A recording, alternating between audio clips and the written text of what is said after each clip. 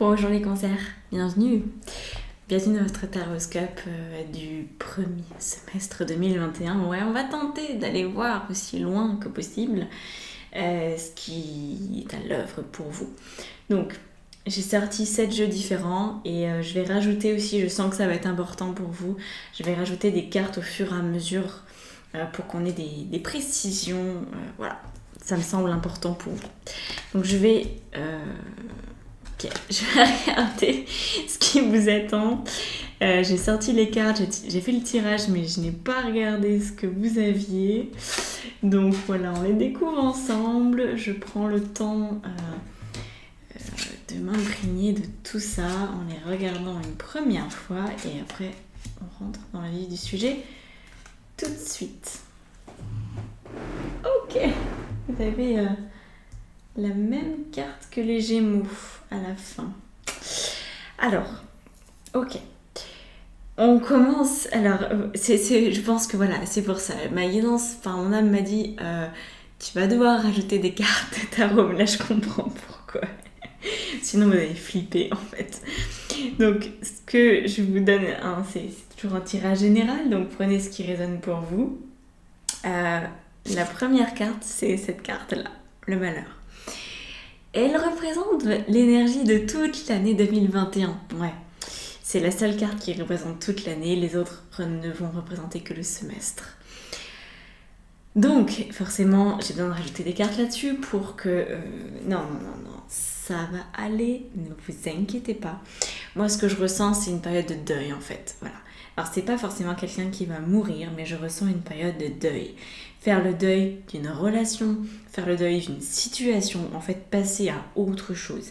Et dépasser potentiellement de la tristesse que vous avez accumulée et qui a pu vous porter préjudice pendant pas mal d'années peut-être.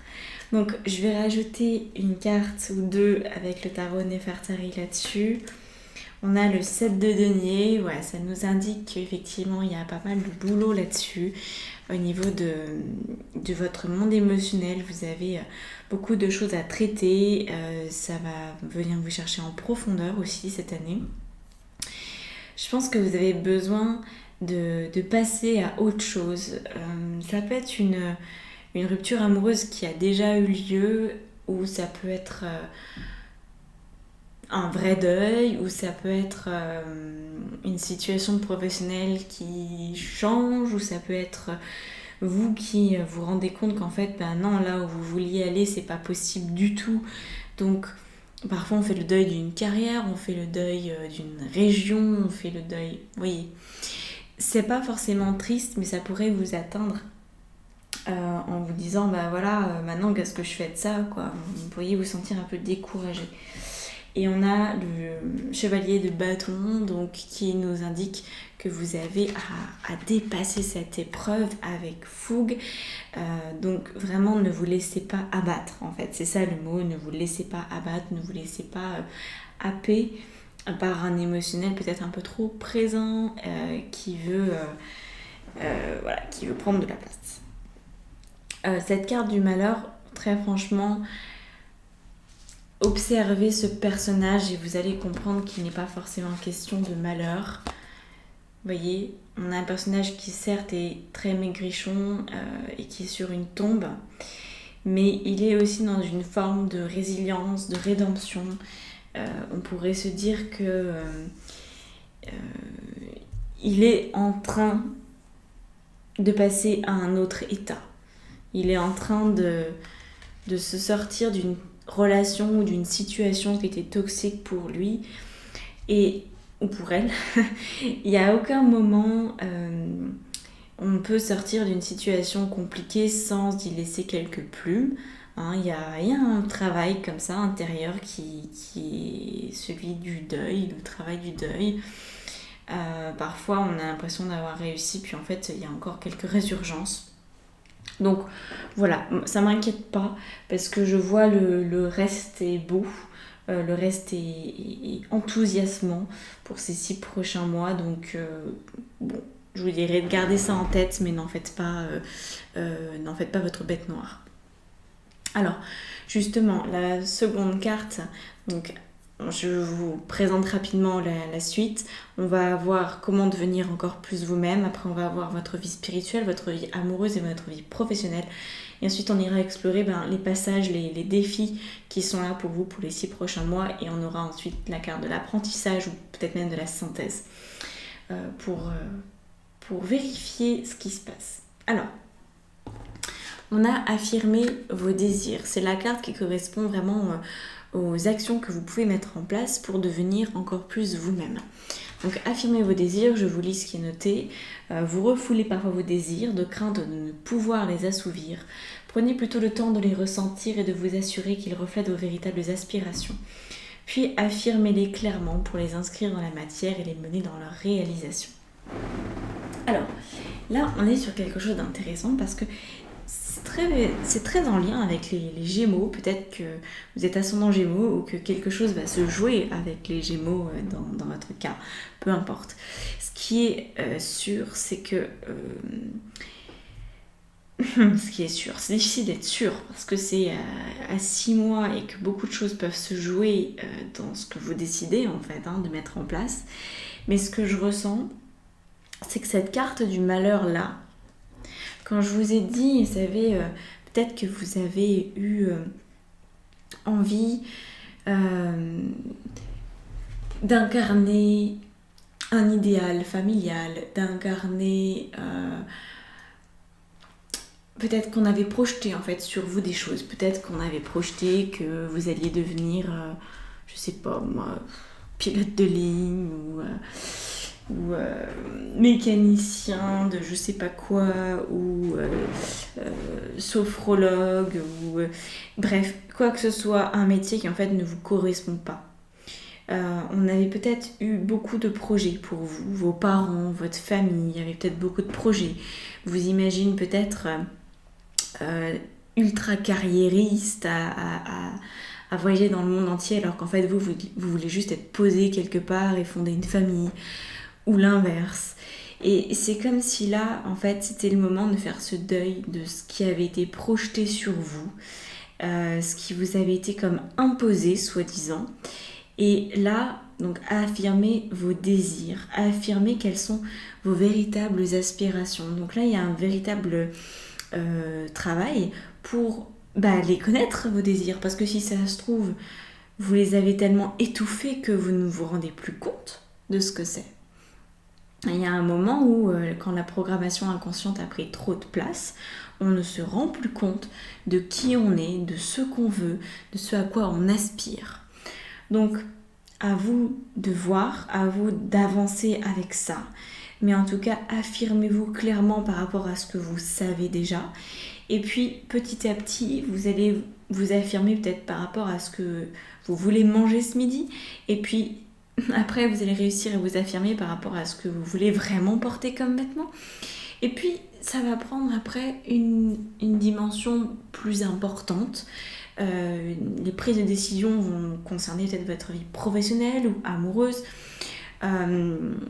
Et là, voilà, ça va devenir beaucoup plus tangible.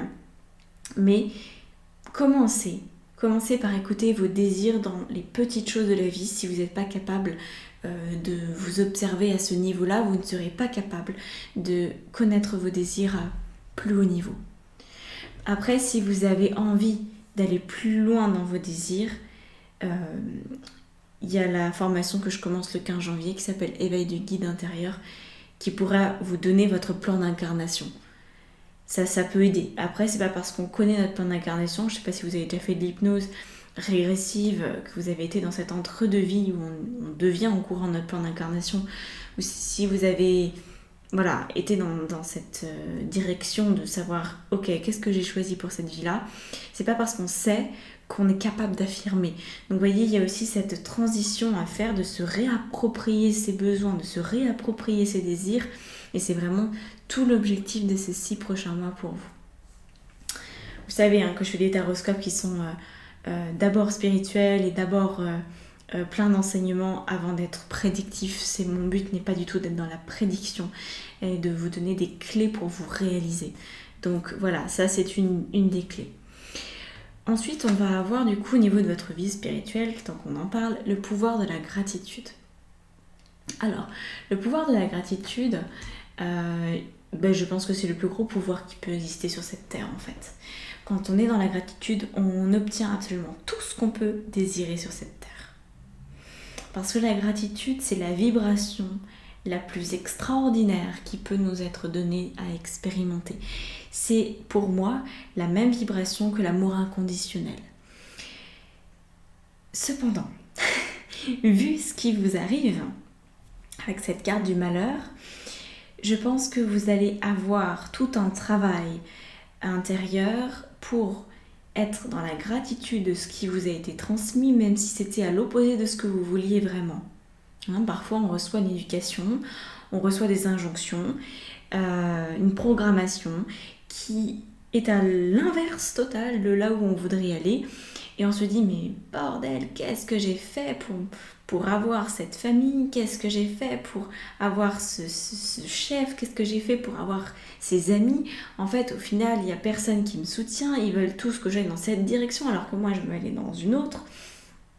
Et en fait, c'est très important d'être dans la gratitude du chemin sur lequel vous êtes. Parce que c'est justement parce que vous avez toutes ces déconvenues avec l'extérieur, avec votre entourage, que vous pouvez vous réajuster. Si vous n'aviez que des bénis oui-oui autour de vous et que des gens qui vous soutenaient à 100%, vous n'auriez peut-être pas eu la prise de conscience que ah non, ça c'est pas la vie que je veux, je veux quelque chose de différent. On se rend compte de ce qu'on veut véritablement quand on s'oppose à l'autre, quand on s'oppose à la critique, quand on s'oppose au jugement. Soit le jugement va nous faire réagir, va nous mettre dans tous nos états, et auquel cas ça veut dire qu'on n'est pas en paix avec nous-mêmes, ça veut dire qu'il y a un truc qui est vraiment pas réglé.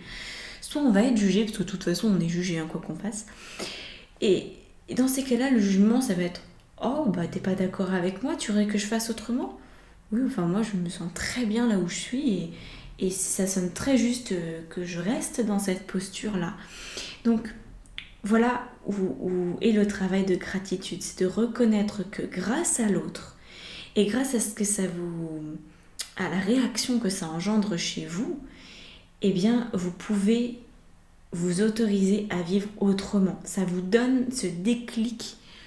Alors évidemment, il faut mettre votre ego de côté et ça, on verra avec cette carte parce que du coup, c'est la même interprétation que pour les Gémeaux. Il est question de l'ego, mais beaucoup moins fortement que pour les Gémeaux. Donc voilà, pouvoir de la gratitude à cultiver les moments de votre vie où il y a des déconvenues, où il y a des désillusions. Parce qu'en fait, c'est une pierre à rajouter à votre édifice et vous pourrez vous pourrez vraiment être très reconnaissant de ces étapes de vie. Voilà. Alors ensuite, au niveau sentimental, ça me fait rôter tout ça. On a les fêlures de l'âme. Alors là, j'ai l'impression que cette histoire de malheur, d'affirmation de vos désirs, ça sera très très très en lien avec votre domaine sentimental, amoureux. C'est comme si c'était grâce ou à cause de votre relation amoureuse que vous alliez prendre conscience de certaines choses. C'est-à-dire soit vous êtes célibataire et auquel cas ça ne vous convient pas, vous aimeriez que les choses soient autrement, et dans ce cas-là vous allez faire face à l'absence de l'autre, et quelle est votre réaction par rapport à ça, et c'est là qu'il faut travailler. Ou alors vous êtes avec quelqu'un que vous aimez profondément ou que vous n'aimez plus, et dans ces cas, enfin si vous l'aimez plus, il y a peut-être des choses à faire aussi, ou si vous avez envie de construire quelque chose avec une personne, mais vous sentez que par moment vous n'êtes pas à la hauteur, ou que vous faites défaut à l'amour que vous portez à une personne donnée. C'est ce que j'en ressens. Dans les fêlures de l'âme, c'est comme si vous pouvez imaginer un cristal. Je vais en prendre un pour vous montrer. Dans un cristal, on a plein de... Enfin, celui-là en l'occurrence. Il y a tout un tas d'impuretés, qu'on appelle ça des impuretés, mais en fait, c'est ce qui en fait aussi sa beauté. Et c'est comme un peu votre âme, c'est-à-dire que, ouais, il y a des endroits de votre âme, c'est un peu brisé, c'est un peu souffert, c'est un peu saigné, c'est pas évident. Et c'est comme si vos failles étaient mises en lumière par la personne avec qui vous partagez votre vie. Ou l'absence de cette personne. Je pense que c'est vraiment votre relation amoureuse qui va vous mettre face à vous-même et qui va vous permettre de grandir. Donc moi j'y vois ici quelque chose d'extrêmement positif en fait pour vous. Donc voilà, laissez-vous guider. Laissez-vous guider par vos amours. Et c'est dans l'absence ou dans les failles en fait, dans les réactions que vous avez, que vous pourrez avancer. Vraiment observez-vous au niveau amoureux pour les 6 prochains mois. Je pense que il y a vraiment beaucoup de potentiel. Voilà. Au niveau professionnel, on a cette carte-là, la marche, qui est très très bien. Conscience de soi, progression avec prudence et sensibilité, comportement correct, action responsable. Je pense que professionnellement, les choses suivent leur cours. Sans qu'il y ait de problèmes, sans qu'il y ait de manifestations spécifiques. Voilà, ça avance. Vous avancez si vous choisissez de changer de voie, c'est toujours possible. Il n'y a aucun interdit avec cette carte-là. Mais on nous dit que vous allez de plus en plus vers la conscience de vous-même, que vous êtes comme un pèlerin en fait. Voilà, vous considérez que votre domaine professionnel est amené à évoluer, peut évoluer, et vous faites ça avec beaucoup de tact et vous avancez très progressivement en fait là-dedans. Donc ça c'est chouette. Moi je pense que vraiment l'accent il est mis sur le domaine sentimental pour les 6 prochains mois. Quelle place vous donnez au sentimental? Quelle place vous donnez à votre couple? Celui que vous avez ou celui que vous espérez avoir. Ouais, c'est très important. Alors ensuite on a les différents passages. Donc il y a 3 passages, 3 grandes thématiques en plus de tout le reste. Sachant que là c'était sur les sphères professionnelles, etc. Là on va avoir les passages qui englobent toutes les thématiques, tous les domaines sont englobés à ce moment-là. Donc on va avoir le 5 de denier, le 6 de bâton et le 10 de bâton. Alors le 5 de denier, le 5 de denier, ici, regardez ça, j'ai l'impression que ça fait écho à ce malheur-là. J'ai l'impression que ça fait écho à ça. Je pense que vous allez avoir à porter quelque chose. À accepter de porter encore pour quelque temps le poids de votre passé.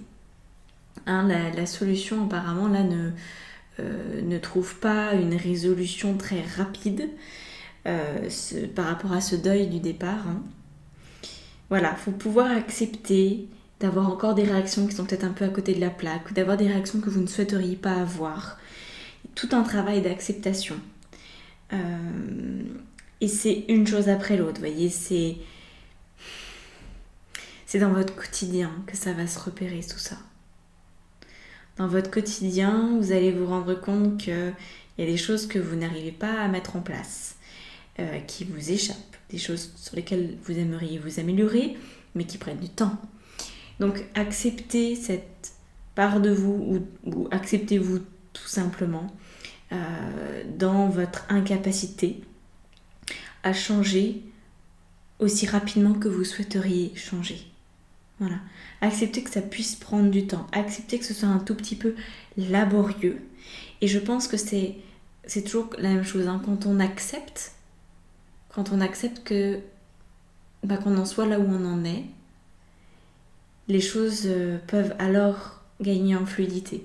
Par contre, si on est en lutte avec soi-même, si on se dit non, je veux que ce soit comme ci, comme ça et pas autrement, et je veux avancer vite, et je veux pouvoir vite affirmer mes désirs, et je veux pouvoir cultiver cette gratitude, etc. Alors qu'en fait, peut-être que c'est très très très différent de ce que vous faites au quotidien. Ne chargez pas trop votre barque. Là, c'est vraiment le message de cette carte, c'est soyez patient avec vous-même, soyez tolérant en fait. Voilà, apprenez à mieux vous tolérer dans vos difficultés personnelles. Le 6 de bâton, lui, il est plutôt sympathique. Donc le deuxième passage, c'est d'accepter de réussir. Parce que, aussi étrange que ça puisse paraître, il y a peut-être une part de vous, comme je vous disais, qui va fonctionner inconsciemment pendant quelques temps encore, qui n'est pas prêt à s'affirmer. Et cette part de vous qui n'est pas prête à s'assumer, elle pourrait aussi se dire dans le fond, jusqu'à présent j'ai pas réussi à m'affirmer telle que je suis, donc rien ne me prouve que je vais réussir un jour. Et ça c'est le deuxième passage, le deuxième défi, c'est de vous autoriser à réussir, de vous autoriser à passer à un autre niveau de votre vie, d'un niveau où c'était compliqué quand même d'être vous, c'était compliqué d'assumer, c'était compliqué de dire ce que vous souhaitiez véritablement, à un niveau où en fait non, c'est facile. En fait, voilà, il suffit que je m'accorde du temps, il suffit que je change mon point de vue que j'ai sur moi-même, que je cesse d'être dans la recherche de perfection, que je cesse en fait de nier mes blessures. Et là, dans ce cas-là, en fait, vous commencez à devenir parfaitement à l'aise dans votre vie. Vous commencez à ressentir ce que ça fait de réussir à être soi. Et à obtenir aussi les fruits de ce que c'est d'être soi. Le 10 de bâton, ici, nous parle de persévérance. Nous parle d'aller jusqu'au bout de votre chemin de deuil, de réaffirmation du moi. Donc vous avez besoin de vous affirmer jusqu'au bout et dans les moindres détails. Surtout au niveau sentimental, au niveau de la place que vous faites en fait à l'autre. Alors si vous êtes un homme, quelle place vous donnez aux femmes et à la femme, si vous êtes hétérosexuel, ou à l'homme sinon, ou bref, vos conquêtes, peu importe, ça ne me regarde pas. Mais l'autre, voilà. L'autre au niveau sentimental, et si vous êtes une femme, l'autre, votre compagnon, votre bien-aimé, quelle place vous lui donnez et quelle place vous accordez en fait à cette relation qui est peut-être un petit peu bancale à certains moments, qui est peut-être un petit peu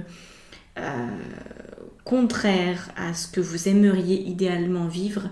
Mais dans le fond, cette relation, elle est là aussi pour vous montrer ce qui cloche encore. Et c'est une aide extraordinaire d'avoir cette personne à vos côtés ou cette absence qui vous fait réagir et qui vous permet de beaucoup mieux savoir ce que vous voulez dans la vie. Ça vous permet de vous amener à vous affirmer jusqu'au bout et complètement.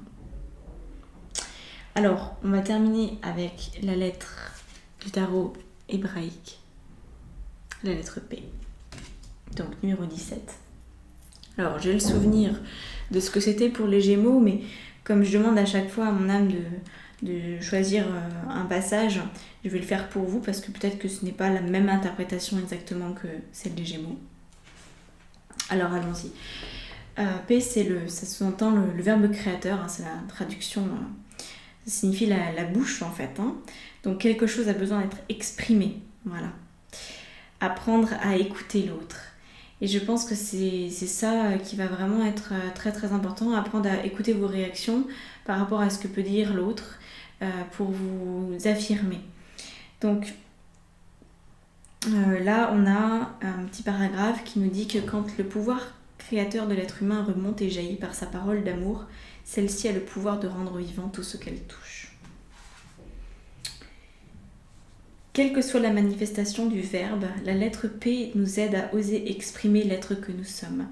Il est habituel de donner pouvoir aux autres depuis la petite enfance. Une parole blessante peut s'inscrire si profondément qu'elle déformera la vision que nous avons de nous-mêmes.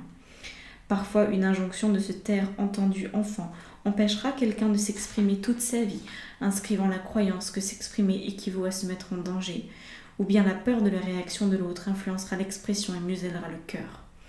Par l'offrande de ces mémoires à la lumière de paix, nous pouvons guérir notre verbe, revenir dans notre cœur et épuiser le discernement nécessaire pour une parole juste et libre.